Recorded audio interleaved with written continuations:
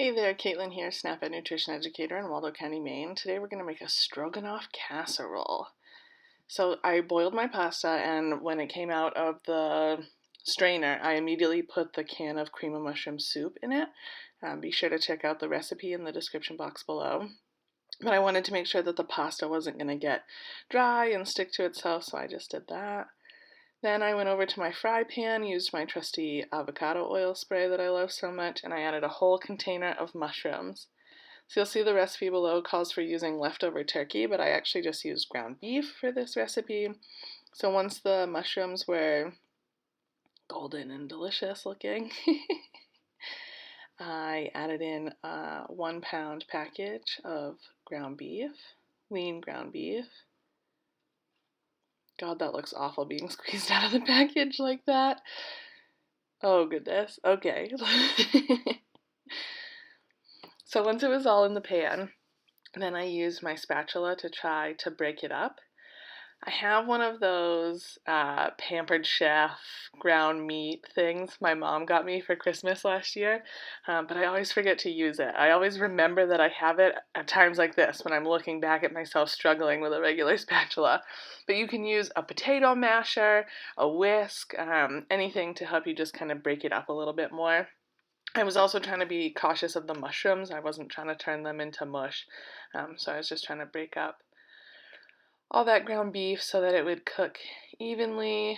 And we wanted to make sure that it's all the way cooked through because we're only going to heat the casserole to crisp the top, so we need to make sure that everything is cooked going in.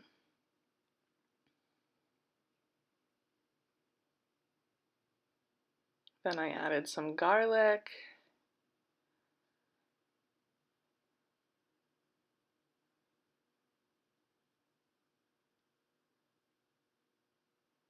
Some pepper. You'll see the recipe also calls for dill. I skipped that. 1, because I didn't have any, and 2, because it didn't sound too great to me.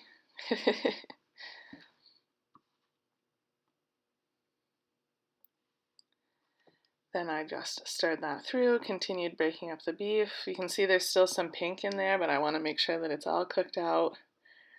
So once that's simmering for a little bit and it's nearly done, when it's almost done like this, we're gonna add, I think I added pretty much like 2/3 of the bag. I was going for half, but then I thought that they looked so pretty, I added more.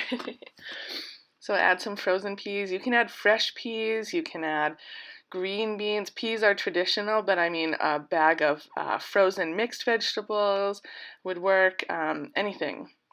Just use what you have. Be creative. Make it your own. We're already switching up this recipe by using beef instead of turkey, so I mean, why not? Could also add an onion here. Add that in maybe when you're doing the mushrooms so it gets nice and brown and caramelized. And then we're going to take this over to our bowl of macaroni and cream of mushroom soup. It's still pretty warm, so I'm just going to give that another stir to kind of even things out a little bit. And then we're going to add our sauteed mixture.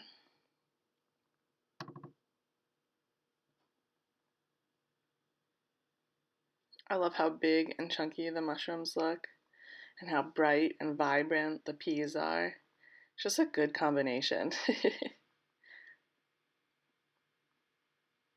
Then we're going to add a whole small container of light sour cream. Now, I'm not the biggest sour cream fan, but if you eat the casserole, I don't think you'd be like, oh, this is sour cream for sure. You definitely can't tell. It just adds to the creaminess, it adds a richness to it, and it kind of brings everything together. If you really didn't want to use sour cream, you could probably use a second can of cream of mushroom, but with stroganoff, it's pretty traditional to have the sour cream. I had to switch out for a spatula because that spoon just wasn't cutting it, and then once everything was mixed and homogeneous, I prepared my casserole pan. Now I was looking at the bowl and the pan and realized this was way too much, so I actually made 2 casseroles. I made one for us, and I sent one over to my mom's house. They liked it because she didn't have to make dinner.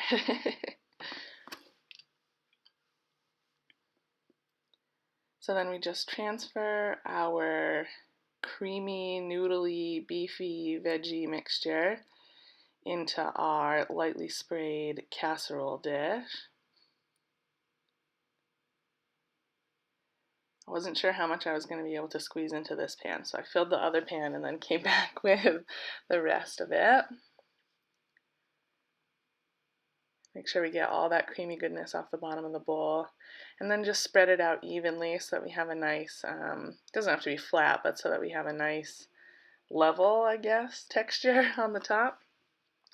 Then I'm going to take some cornflakes, add them to a bowl, and just smash them up. Now, this hurt my fingers, but I didn't want to waste a plastic bag. That's what you would traditionally crush things in, or what I traditionally crush things in, but I didn't feel like wasting a plastic bag, so I just smash it with my fist and hurt my knuckles a little bit. But you do you. Then I just sprinkled that evenly on the top of each casserole. I made sure this one was going to my parents' house, so I made sure that this one was nice and decadent and crunchy. They deserve a treat. They've been going through a lot lately, so all those cornflakes. If you want more videos like this, be sure to subscribe. And there you go. There's our casseroles ready to go in the oven.